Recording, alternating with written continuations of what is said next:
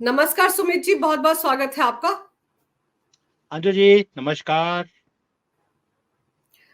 सुमित जी, करतारपुर में जो गुरुद्वारा है वहां पर जिस तरह की तस्वीरें आ रही हैं, शराब की, नॉन वेज की पार्टी वहां पर गुरुद्वारा परिसर में हुई है, बवाल मचा हुआ है। आखिर ये सब करने के पीछे पाकिस्तान की क्या मंशा हो सकती है? अंजू जी, पहली बात ये है कि जब मैंने भी वो वीडियोस देखी हैं और मैंने न्यूज़ पढ़ा, आई वॉज शॉक्ड। वो जो सिख हमारा धर्म है, मैं खुद पंजाब से आता हूँ, आपको मालूम है इस चीज़ का। और हम लोग ने एक रिस्पेक्ट देखी है सिख धर्म के अंदर अपने गुरुओं के लिए, उनके जगह के लिए। और ननकाना साहब में जो कि गढ़ है सिखिज्म का, वहां पर ऐसी हरकतें होना शर्मनाक से भी एक छोटा वर्ड है। मुझे इसके लिए कोई एप्ट वर्ड नहीं समझ आ रहा मुझे कि क्या बोला जाए। और जो वहां पर सिख थे, उन्होंने अलाउ कैसे कर दिया, और वो खुद पार्टी में शामिल थे वहां पर। इवन जो हाँ, वहां पे हेड ग्रंथी भी ग्रंथी। थे, हेड ग्रंथी भी उसके अंदर था, वो नाच गाना चल रहा था। ये कोई पब है? भी आपने ननकाना साहब को एक पब बना दिया। भी वहां पे दारू चल रही है, नॉनवेज चल रहा है, वहां पे लड़कियां नाच कर रही हैं। क्या कर रहे हो आप भाई? ये आप धर्म स्थल का, उनको तो कोई प्यार नहीं है आपके धर्म स्थल के साथ, आपको तो है। आपने भी उसे ये बना दिया एक अय्याशी का अड्डा। ये क्या कर रहे हो आप लोग यार? और मुझे शर्म आ रही थी अपने आप को सोचते कि यार ये किस लेवल तक गिर चुके हैं ये लोग। पाकिस्तानी तो चलो, इनका कोई लेवल है ही नहीं, ये तो शुरू से गिरे हुए लोग थे। आप भी इनके साथ शामिल हो गए। भी वहां का कई बार कहते हैं लोग कि जहां का पानी पीते हैं वहां की आपको बुद्धि वैसी होनी शुरू हो जाती है। ये वहां के रह रह के वैसी बुद्धि होगी इनकी। क्या हो गया इनको? और इन्होंने प्रोटेस्ट भी नहीं किया, कहीं कंप्लेंट नहीं करी, कुछ नहीं है। You part of the whole thing. शर्मनाक। इसके अलावा मैं और कोई वर्ड यूज नहीं कर सकता हूं। देखिए, मैं यहाँ पर देखता हूँ जितनी श्रद्धा सिख कम्युनिटी को है, जैसे वो गुरुद्वारों के अंदर जैसे सफाई रखते हैं, जैसे सेवा करते हैं, जैसे वो उनको एक जज्बा है अपने धर्म के साथ। This is something which is wrong. वो कोई ना कोई मुल्ला ही होगा जो वहां पे ग्रंथि बना के उन्होंने बिठाया हुआ वहां पर। अदरवाइज ये हरकत हो ही नहीं सकती कि कोई हमारा सिख भाई ऐसी हरकत कर दे। पॉसिबल ही नहीं है। और जो एसजीपीसी है, इसे इसका नोटिस लेना चाहिए और एक्शन भी लेना चाहिए इसके ऊपर कि हाउ इज इट पॉसिबल, ये कैसे होने दिया। और अब आगे से कैसे ना हो, इसका भी समाधान एसजीपीसी को निकालना पड़ेगा, जो कि इनकी मेन गवर्निंग बॉडी है। अदरवाइज ये बदतमीजी पाकिस्तान ने एक बार करी है, ये बार बार करेगा, और हम लोग तो इसको बर्दाश्त नहीं कर सकते। बिल्कुल, ये बेअदबी है। और इसके लिए तो हम सब जानते हैं कि अगर गुरु ग्रंथ साहिब का अपमान कहीं पर होता है तो फिर किस तरह के नियम कायदे हैं, कैसे निपटा जाता है इन मामलों से। और यहाँ पर तो यस। ताजुब की बात यह है कि उस पार्टी में हेड ग्रंथी गोविंद सिंह, जिनका नाम बताया जा रहा है, वो भी उस पार्टी में शामिल थे। और फिर देखिए, मैं, जैसे कि मैंने आपसे पहले पूछा सुमित जी, कि पाकिस्तान के वो अब्बू बकर, जिनका नाम बताया जा रहा है, सीईओ बताए जा रहे हैं करतारपुर वहां के, उन्होंने ये सारी पार्टी ऑर्गेनाइज करवाई थी। और 18 नवंबर को ये पार्टी हुई है, तो इसका मकसद क्या हो सकता है? क्या उनको कोई और जगह नहीं मिली पार्टी करने के लिए? सिर्फ गुरुद्वारा का परिसर ही मिला? देखिए, हमें पहली बात ये कि मुझे शर्म इसलिए आ रही है क्योंकि नाम था गोविंद, हम्म। गोविंद सिंह। नाम भी गोविंद सिंह, और हरकतें कैसी हैं। इसलिए मैं बार बार मुझे ताजुब भी हो रहा है कि व्हाट आर दे डूइंग। लेकिन हम्म। पाकिस्तान ने ये हरकत क्यों करी, उसका रीजन है। अभी हमारा जो पता, दिवाली के बाद गुरुपुरब आता है, जो मेन गुरु का डे होता है। प्रकाशोत्सव। अब हाँ, प्रकाश उत्सव, उसमें ये कॉरिडोर दोबारा से खोला जाएगा। हम्म। वहां पर सारी सिख कम्युनिटी दोबारा से जाएगी। ये पार्टी नहीं थी, इट वाज जस्ट कि भी हमने अब दोबारा से कौन सी हरकतें करनी है सिख कम्युनिटी को भड़काने के लिए। और आपने देखा होगा, जब से ये वाला जो ननकाना साहब है, इसका जब से कॉरिडोर शुरू हुआ है, तब से खालिस्तान मूवमेंट ने भी दोबारा से अपने पैर जमाने शुरू कर दिए। आप नोट कीजिए, ये बिल्कुल। बिल्कुल शांत था मैटर। 2 सालों से करतारपुर खुला, और 2 सालों से ही आपको खालिस्तान वर्ड 20-25 साल बाद सुनने को मिला। रीजन क्या है? जब वहां पर श्रद्धालु वहां जाते हैं, वहां पर बड़े बड़े बैनर्स लगे होते हैं, खालिस्तान जिंदाबाद, इंडियन गवर्नमेंट है, जो इन्होंने आपके साथ क्या किया, 84 में क्या हुआ आपके साथ, वो सारी बातें जो अलाप शराब जो होती हैं, और कई बनाई हुई भी बनावटी चीजें भी वहां पर दिखाई जाती हैं कि कैसे गोलियां चलाई गई, कैसे ये हुआ, ऑल दैट हिस्ट्री। तो लोगों को कहीं ना कहीं फिर लीफलेट्स दिए जाते हैं कि भाई खालिस्तान लेके रहेंगे। तो जब ये ऐसी हरकतें हैं, इसकी प्रिपरेशंस के लिए इन्होंने वहाँ पर मीटिंग करी कि भई अब दोबारा से ये श्रद्धालु आएँगे, कैसे इनको हमने और भड़काना है, क्योंकि चिंगारी कहीं न कहीं जली हुई है। अब इसको आग में कन्वर्ट कैसे किया जाए? मैटर वो था। तो जब सारा हुँ, कुछ हो गया, उसके बाद इन्होंने पार्टी कर ली कि भैया अब तो खालिस्तान बना ही तो बना, और अब पार्टी करते हैं। पार्टी भी इन्होंने अपने स्टाइल में करी, जैसे ये मस्जिदों में करते हैं, वैसे ही इन्होंने गुरुद्वारे में कर ली। क्योंकि मस्जिदें तो इनकी हमने देख ली, जो मस्जिदें थी गाज़ा में, या हॉस्पिटल थे, स्कूल थे, कॉलेज थे, उनके अंदर यही कुछ तो चलता था। तो जो कुछ ये वहाँ पे करते रहे, अपनी मस्जिदों में करते हैं, वही इन्होंने सोचा कि गुरुद्वारे में भी कर लेते हैं। लेकिन इनको ये नहीं पता कि इसका जवाब उसी भाषा में दिया जाएगा, जो हरकत इन्होंने गंदी हरकत करी है। इज़राइल इनको वहाँ पे दे रहा है, हम इनको पाकिस्तान में दे देंगे। लेकिन मैटर वही है, सिर्फ़ आग को भड़काने के लिए ये जो सीईओ सो कॉल्ड रखा है, हुँ। उसका काम क्या है? काम ये है करतारपुर में श्रद्धालु आएँ, उन्हें जप्फी डाल के रिसीव किया जाए, वो नहीं है। मैटर वही है, Kartarpur was a plan to reactivate Khalistan movement, इसलिए मोदी गवर्नमेंट इसे शुरू नहीं करना देना चाहती थी। लेकिन जब प्रेशर पड़ा अपोज़िशन की तरफ से, क्योंकि अपोज़िशन को तो हर चीज़ वो करनी है जो मोदी जी मना करेंगे। हुँ, तो सारे इकट्ठे हो गए, जिसमें सिद्धू आपको याद होगा, सबसे ज़्यादा बड़बोला कि भई शुरू क्यों नहीं कर रहे, हमारे गुरु की जगह है। और हुँ, इमरान खान को भी जप्फी डाली उसने, और इवन की कमर जावेद बाजवा, जिसकी कमर के ऊपर इसके हाथ भी पूरे नहीं पहुँच रहे थे, इतनी बड़ी कमर थी उसकी, उसको भी जप्फी डाल दी थी इसने, सिद्धू ने। और हुँ। उसके बाद तुम मेरे भाई हो, तुम ये हो, वो हो, और करतारपुर शुरू करवा लिया। अंडर प्रेशर करवाया इनको, शुरू करवाया गया, और उसके बाद अंजाम क्या हुआ? चिंगारी शुरू कराई गई। और अब उसके बाद से ये शांत ही नहीं हो रही। इसलिए जो सारी मीटिंग्स हैं, इसका मकसद एक ही है, reactivate the Khalistan movement in Bharat. China कह दिया, कनाडा में, यूके में, यूएसए में तो इन्होंने शुरू करवा दिया है। भारत में ये अभी पकड़ नहीं बना पा रहा।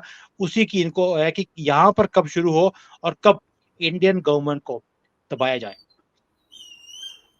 पर सुमित जी, अगर इस तरह की हरकतें पाकिस्तान करतारपुर में कर रहा है, गुरुद्वारा के परिसर में कर रहा है, आपको लगता है कि जो सही मायने में सिख हैं, वो उनको कभी सपोर्ट करेंगे? और वो जो खालिस्तानी है, वो तो वैसे ही भाड़े के टट्टू हैं, वो तो पैसों के लिए सब कुछ करते आ रहे हैं। तो वो इनकी इनकी इनकी इन हरकतों पे वो तो कुछ नहीं रिएक्ट करेंगे।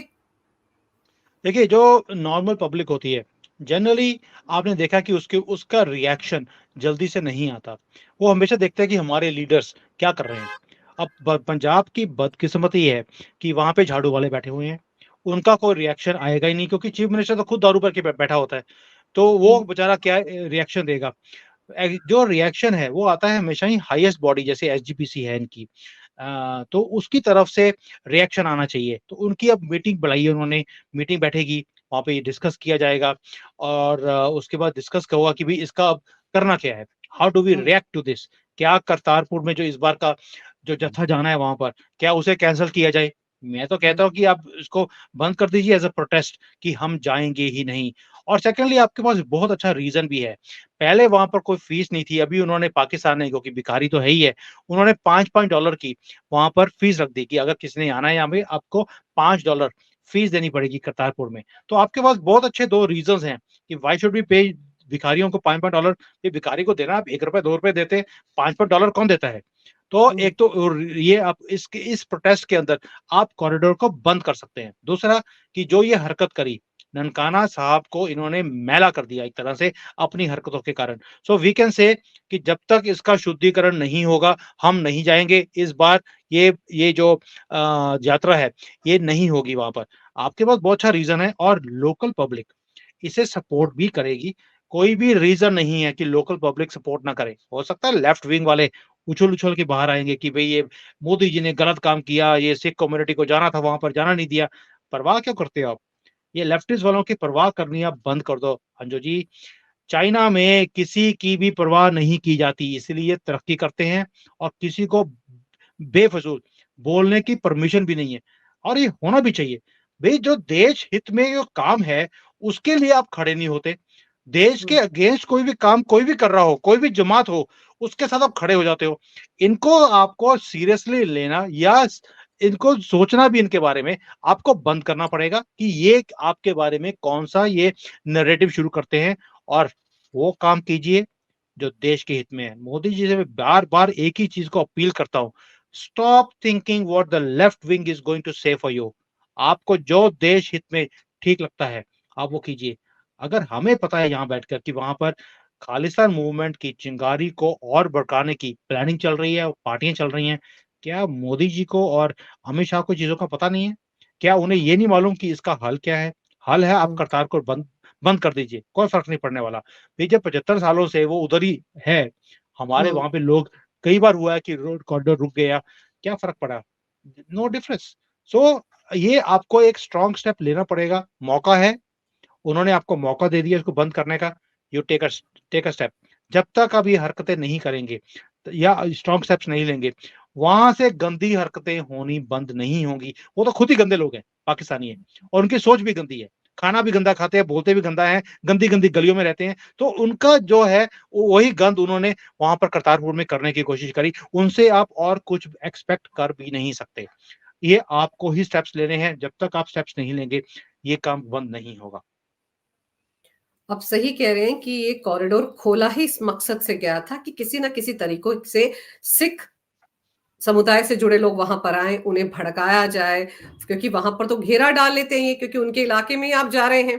वहां पर आप सही कह रहे हैं, पोस्टर लगा दिए जाते हैं, 84 याद दिलाया जाता है, गोल्डन टेम्पल में क्या हुआ ये याद दिलाया जाता है, इस तरह से उन्हें भड़काया जाता है। और तभी से ये खालिस्तानी मूवमेंट एक बार फिर से यूके और कनाडा में जोर पकड़ रही है। पर आपको क्या लग रहा है, क्या इसका कनेक्शन उन घटनाओं से भी हो सकता है जो हम देख रहे हैं कि एक के बाद एक करके पाकिस्तान में हर दूसरे दिन कोई ना कोई भारत का दुश्मन टपक जाता है।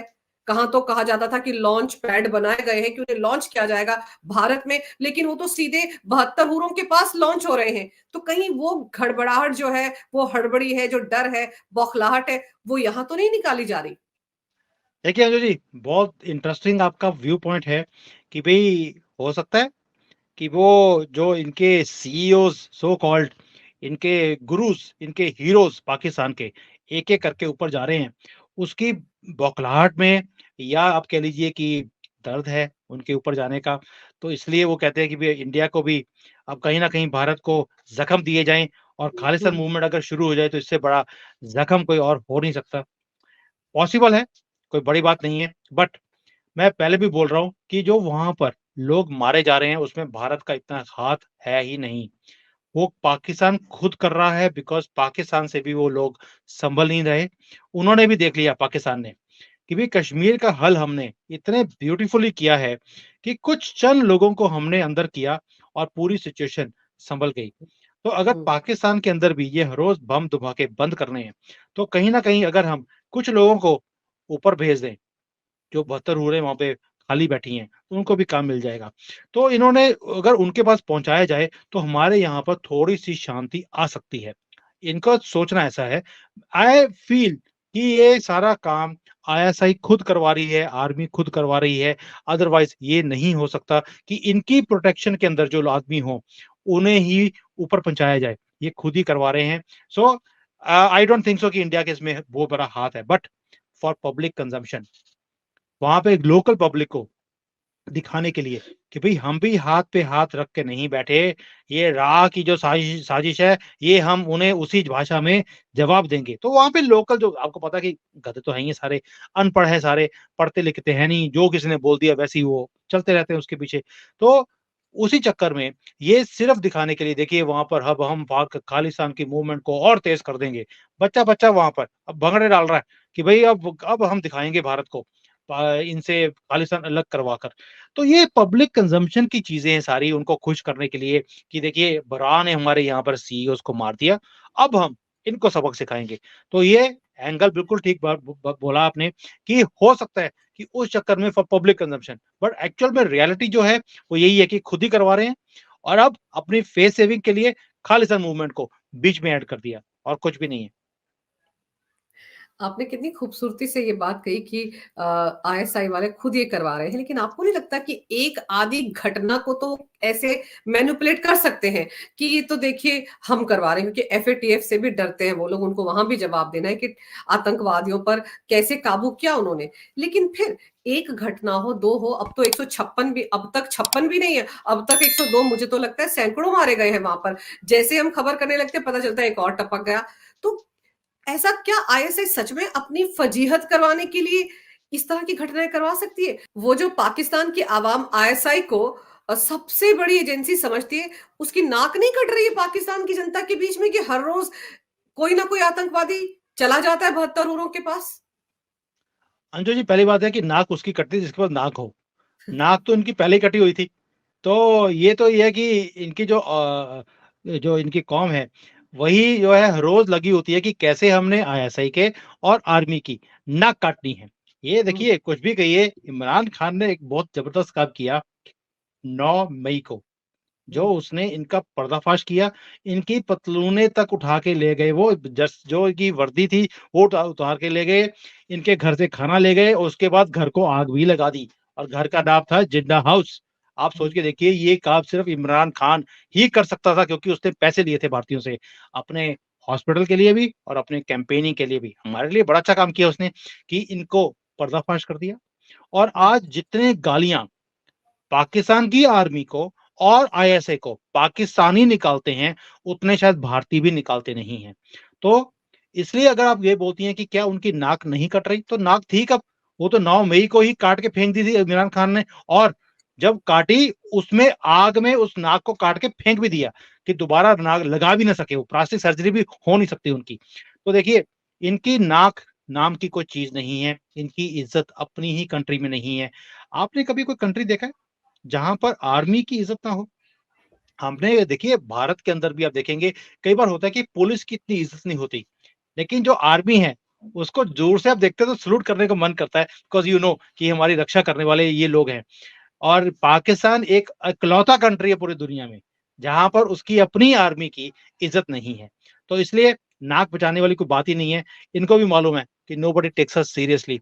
सो पैसे के लिए तो ये जो किसी के सामने भी लेट जाएँगे। अब इन्होंने आईएमएफ, वर्ल्ड बैंक दोनों के हम्म, सामने घुटने टेक दिए हैं कि भाई बाप, जो करना कर लीजिए, आप जो कहेंगे हम करने को तैयार हैं, और बताइए किसको टपकाना है, हम टपका देंगे, लेकिन पैसे दे दो।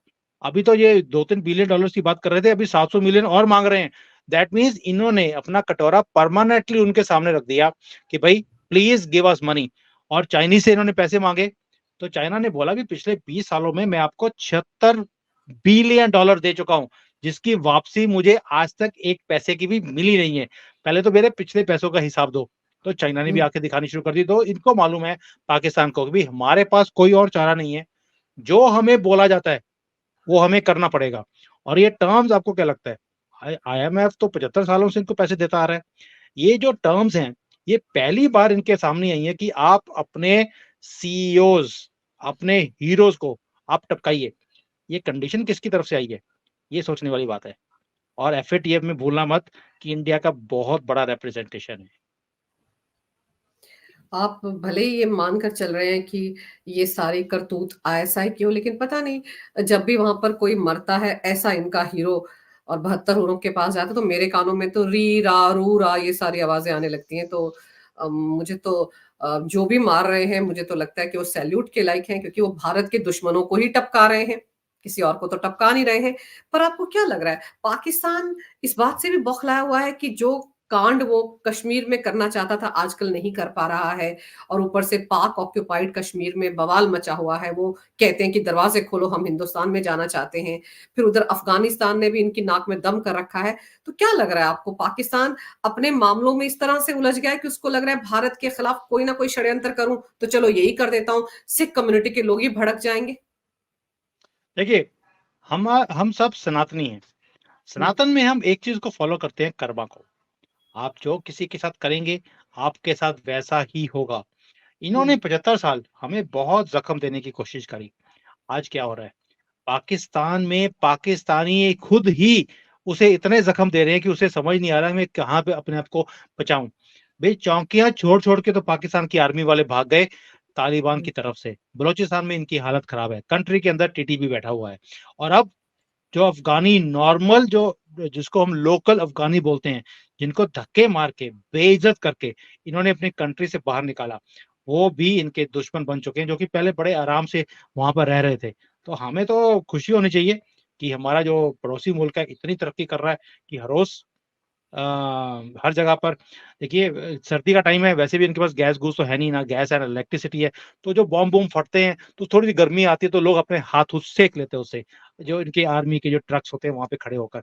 तो हमें देखो, गरीब गरीब कंट्री है, तो हमें थोड़ा सा सहानुभूति होनी चाहिए उनके साथ, कि सर्दियों में उनके पास कुछ है हाथ उस सेकने के लिए। तो इसलिए आपको खुशी होनी चाहिए कि उनके अपने लोग वहां पर अच्छी तरह से रह रहे हैं, और भारत को कुछ भी करना नहीं पड़ रहा। कश्मीर जो है ऑलरेडी, जो वहां से आप आवाजें सुनते हैं कि we want to merge with Indian Kashmir, को वहां पर हुँ, तरक्की जितनी है, हम वहां पर कश्मीर के अंदर, मेरे कई बार पाकिस्तानी जो चैनल के लोग हैं, आई गो टू देम ऑल्सो, उन्होंने बोला कि हमारे पास ना एयरपोर्ट है, ना हुँ, हॉस्पिटल्स है, ना स्कूल्स है, ना कॉलेजेस है, ना की सड़कें हैं, वहां पर कुछ भी नहीं है। और जो कश्मीरी हैं उनको या तो वहां से भगा दिया गया, और पंजाबियों ने उस जगह को कैप्चर कर लिया है। अब आपको सिर्फ पंजाबी दिखते हैं, कश्मीरी दिखता ही नहीं है। जबकि हमारे यहाँ पर हमने कश्मीरियत को भी बचा के रखा हुआ है, कश्मीरी भी वहाँ पे बचे हुए हैं, वहाँ पे कल्चर में कोई और मिक्सिंग नहीं है। सिर्फ हुँ, जो लोग वहाँ से 89 में वहाँ से भगाए गए थे, वो दोबारा से वहाँ पे जाएंगे, जाना ही है उनको, वहाँ पे दोबारा से बसेंगे, ताकि जो डेमोग्राफी 89 में थी वहीं पे वापस आएगी। सो अदरवाइज वहाँ पर कोई भी चीज नहीं है, जैसे ओरिजिनल कश्मीर था वैसा का वैसा ही है। जबकि पाकिस्तान की साइड पर कुछ बचा ही नहीं ओरिजिनल कश्मीर का। उनको भी दिखता है कि भाई, हमने तो सपना लिया था कि कश्मीर, और कहाँ हम यहाँ पर as a second grade citizen रह रहे हैं अपने ही जगह के ऊपर। तो इससे बेटर तो भारत में है, एटलीस्ट वो सुख की चैन भी ले रहे हैं, पैसे भी कमा रहे हैं, टूरिज्म भी पनप रहा है, और पूरे भारत के अंदर कहीं भी वो जॉब करना चाहते हैं उनको जॉब भी मिलती है, बिजनेस हुँ, करना चाहते हैं बिजनेस कर सकते हैं। जबकि कश्मीर, पाकिस्तान वाले कश्मीर में ऐसा कुछ भी नहीं है। एक तरह से वीजा लेके उनको पाकिस्तान की तरफ जाना पड़ता है। मैं नहीं कह रहा हूँ कि वीजा लेके जाते हैं, टाइप ऑफ दैट। तो ऐसे ऐसे माहौल में कौन रहना चाहेगा? सीधे भारत को कुछ करने की जरूरत नहीं है। पाकिस्तान के लोग अपने आप ही उस कंट्री के टुकड़े करते जा रहे हैं, और टीटीपी तो वैसे भी टुकड़े टुकड़े पाकिस्तान, उसका नाम ही है टीटीपी, टुकड़े टुकड़े पाकिस्तान। तो वो लगे हुए हैं उसके टुकड़े करने के लिए, करने दीजिए। हम तो आराम से बैठ के यहाँ पर एंजॉय करें। The show is going on without our intervention, and let them do and destroy themselves. हुँ। हमारे दिवाली हो गई है और हमने जमकर पटाखे चलाए हैं, जबकि यहाँ तो प्रदूषण बड़ा होने वाला था, ऐसा कहा जा रहा था। लेकिन अ, हिंदुओं ने अपने त्योहार को बड़े अच्छे तरीके से मनाया और अब दिवाली हो जाने के बाद भी धूम-धड़ाके की आवाज़ें अगर वहाँ से आती हैं, तो वो हमारे कानों को तो अच्छी लगती हैं। पर ये बड़ी ताज्जुब की बात है सुमित जी कि हमास और पाकिस्तान में मुझे कोई फ़र्क ही नज़र नहीं आ रहा है। हमास में देखो, वो जो अस्पताल है, उसके नीचे सुरंग बनाकर रह रहे हैं हमास के आतंकवादी। यहाँ पर इन्होंने हमारे गुरुद्वारे को ही अपवित्र कर दिया, जिस तरह की हरकत की करतारपुर में, तो इनमें कोई फ़र्क तो है ही नहीं। देखिए, मानसिकता वही है, क्योंकि सारी जो लेसन्स हैं इनके, जो टीचिंग्स है, वो सारी एक ही किताब से आती हैं। और उसी चक्कर में हमास हो, पाकिस्तानी हो, बांग्लादेशी हो, कोई भी हो, ये सब एक ही मानसिकता से ये निकले हुए हैं। मैंने कई बार एक्स मुस्लिम्स को अपने चैनल के ऊपर बुलाया मैंने, वो बोलते हैं कि जो टीचिंग्स है हाफिज सईद की, और जो हमारे मदरसों में है, हमारी सबकी टीचिंग सेम है। हमें वही चीज़ें पढ़ाई जाती हैं, उसी से हम चलते हैं, पूरी लाइफ़ हमारी उसी में निकल जाती है। तो हमास ने जो किया, भी इनको हुँ, पता है कि इंटरनेशनल जो लॉज़ हैं, उसके अंदर आप हॉस्पिटल्स हैं, स्कूल्स हैं, कॉलेजेस हैं, इसे आप डिस्ट्रॉय नहीं कर सकते। तो इन्होंने अपने सारे हेडक्वार्टर्स ऐसी जगह पे बनाए हुए थे। लेकिन अब दुनिया को भी अपने रूल्स को चेंज करना पड़ेगा, क्योंकि अगर ये आपको ऐसे ब्लैकमेल करेंगे कि आपके रूल्स को आपके ऊपर ही थोप कर, कि भाई ये तो हॉस्पिटल है, आप इसके ऊपर डिस्ट्रॉय नहीं कर सकते, बेशक उसके अंदर आतंकी हो, उनके सारे सारे असला पड़ा हो, ये रूल्स चेंज करने पड़ेंगे। The game has changed, so rules have to change also. ये पुराने तरीके से अब आप दुनिया को नहीं चला सकते under the garb of freedom of speech, human rights. भाई ह्यूमन राइट्स ह्यूमंस के लिए होते हैं, ये तो जानवर है हुँ। मानसिकता से भी। तो जब जानवर है तो जानवरों वाले रूल्स इनके ऊपर अप्लाई कीजिए, ना कि ह्यूमंस वाले। जब ये ह्यूमन बन जाएंगे तब ह्यूमन की बात कर लेंगे। तो अगर आप बोलती है कि हमास में और पाकिस्तान में फर्क नहीं है, फर्क था कब? ये सारे एक ही थाली के चट्टे पट्टे हैं। तो इसलिए ये कभी भी बंदे दे पुत्र नहीं बने, वैसे बोलता पंजाबी का वर्ड, ये बंदे दे पुत्र नहीं बन सकते, ये जानवर है, जानवर ही रहेंगे। और इसलिए इनके साथ वही ट्रीटमेंट करना चाहिए जो एक जानवर के साथ, पागल जानवर के साथ करना चाहिए। आपने बार-बार जानवर कहा, लेकिन जानवर सिर्फ वहीं शिकार करते हैं जहाँ उन्हें ज़रूरत होती है, क्योंकि उनको शिकार करके ही खाना पड़ता है। वो इनसे बेहतर ही होते हैं। इनका मैंने कंपैरिज़न जानवरों पागल के साथ भी नहीं किया जा सकता। मैंने इसलिए पागल जानवर बोला है, ना कि हुँ, जानवर। जानवर ज़्यादा वफ़ादार होता है हुँ, और और ज़्यादा बाय रूल्स रहता है। मैंने मध्य प्रदेश में एक बार मैं किसी जगह पे गया था, मुझे जगह का नाम भूल गया है। वहाँ पर मंदिर था एक, जहाँ पर शेर आते हैं श सुबह-शाम, और वहाँ पे पंडित भी हैं, जाते हैं अपनी पूजा करने के लिए। लेकिन वहाँ पे एक रूल है उस जगह का, कि जो पहले चला गया, दूसरा वहीं पे रुक जाएगा। भी अगर शेर आया है, तो पंडित जी रुक जाएँगे, लेकिन अगर पंडित पहले निकल गया, तो शेर आ रहा है, तो शेर रुक जाएगा, पंडित जाएगा पहले। तो इतना जो अनरिटन रूल्स हैं, वो जानवर भी फॉलो करते हैं। इनका तो कोई येस। रूल ही नहीं है। इसीलिए जब आप जानवर कह रहे थे तो मेरे को दिल पे लग रही थी कि जानवर ऐसे नहीं होते, ये सच में पागल पागल जानवर। इंसान ही है, पागल इंसान ही है, इसीलिए ऐसी हरकतें कर रहे हैं, आम इंसानों से इसीलिए डिफरेंट है। लेकिन आप जो कह रहे हैं कि अब भारत को इस पर एक स्ट्रॉन्ग स्टैंड लेना चाहिए और करतारपुर कॉरिडोर से जो ननकाना साहिब जाने वाला जत्था है, अभी गुरुपूर्व के लिए जाएगा, कम से कम उसे रोक कर अपना जो स्टैंड है वो क्लियर करना चाहिए भारत को। Yes, I fully stand with this, कि भारत को स्टेप लेना चाहिए। आपके पास बहुत अच्छा मौका है कि वहाँ पर इन्होंने अश्लील हरकतें करी हैं। अभी तो ये आप सोच के देखिए, एक वीडियो बाहर आया है, जहाँ पर वो हुँ, हरकतें हो रही हैं, और क्या कुछ हो रहा होगा इसका अभी अंदाज़ा भी नहीं है। Everything doesn't come out. अगर ये तो एक छोटी-सी चीज़ हमारे सामने आई है, और क्या कुछ ये कर रहे होंगे भारत के खिलाफ भी, उस कम्युनिटी के साथ भी, ननकाना साहब को और कैसे गंदा किया होगा इन्होंने, वो सारी चीज़ों की छानबीन जब तक पूरी नहीं होती, हमें ये कॉरिडोर बंद करना चाहिए। ताकि पहली बात ये, जो इन्होंने अभी फीस रख ली है, देने की ज़रूरत नहीं है। भिखारियों को हुँ, पैसे देने की कोई, don't fund them anything, because वो पैसा टेररिज़्म में ही यूज़ होगा। कोई ना कोई टनल बिल्कुल, बनाने में यूज़ होगा, जैसे हमास वालों ने पूरे कंट्री में टनल्स बनाई हुई थी। वो छोटी-सी पट्टी है वो, गाज़ा पट्टी, उसमें 500 किलोमीटर की तो टनल बनाई हुई है वहाँ पर। बताइए। तो ये यही कुछ पाकिस्तान ने करना है, ये $5-5 इकट्ठे करके। Why do you want to fund them for terrorism? एक ये, दूसरा, जो सिख कम्युनिटी है, दे अंडरस्टैंड वेरी वेल कि अगर हमारे वहाँ पर कोई गलत हरकत हुई है, जब तक उसका समाधान नहीं निकलता, ये भी श्योर नहीं करेंगे। So when public will be with you, and and जब आप एक परमानेंट सॉल्यूशन निकालते हैं इस चीज़ का, कि भई आज ये हरकत हुई है, दोबारा से कभी हरकत भी ना हो। अभी आपके पास मौका है, 1-2 साल के लिए आप बंद कर दीजिए, देखा जाएगा उसके बाद। Then you will see, Pakistan भी हो सकता है, मैं वो नहीं कह रहा हूँ कि करेंगे, हो सकता है अपनी हरकतें ठीक कर लें। हाँ, लेकिन फिर वही ना वो जो दुम होती है, वो सीधी नहीं होती है ना। उसको चाहे घी के कनस्तर में डालकर सालों-साल रखा जाए, उसके बाद बाहर निकालो तो भी वो टेढ़ी हो जाती है। पर आप जो ये कह रहे हैं ना कि $5 जो वहाँ पर यात्री मिलने वाले थे पाकिस्तान को, बेचारे उनके पास तो वैसे ही उनका जो विदेशी भंडार है खाली हो चुका है। इस नाते वो भरने की कोशिश कर रहे थे, डॉलर देखने को तरस गई है पाकिस्तान की जनता और सरकार और वहाँ के प्रधानमंत्री और ये जो हुक्मरान हैं। तो इसी बहाने वो डॉलर देखना चाहते थे, लेकिन आपने तो ये सजेशन देकर कि ऐसा करना चाहिए कि वहाँ कोई जाए ना, इससे और उनके लिए मुसीबत खड़ी कर दी है। $5 भी अब उनके पास नहीं होंगे। लेकिन ये सही कह रहे हैं आप कि भारत सरकार को बहुत ज़्यादा स्ट्रॉन्ग स्टैंड लेने की ज़रूरत है इस मामले में। आपने विस्तार से इस पर जो चर्चा की मेरे साथ, मेरे लिए समय निकाला सुमित जी, इसके लिए आपका बहुत-बहुत धन्यवाद। नमस्कार, भारत माता की जय हो, वंदे मातरम। वंदे मातरम।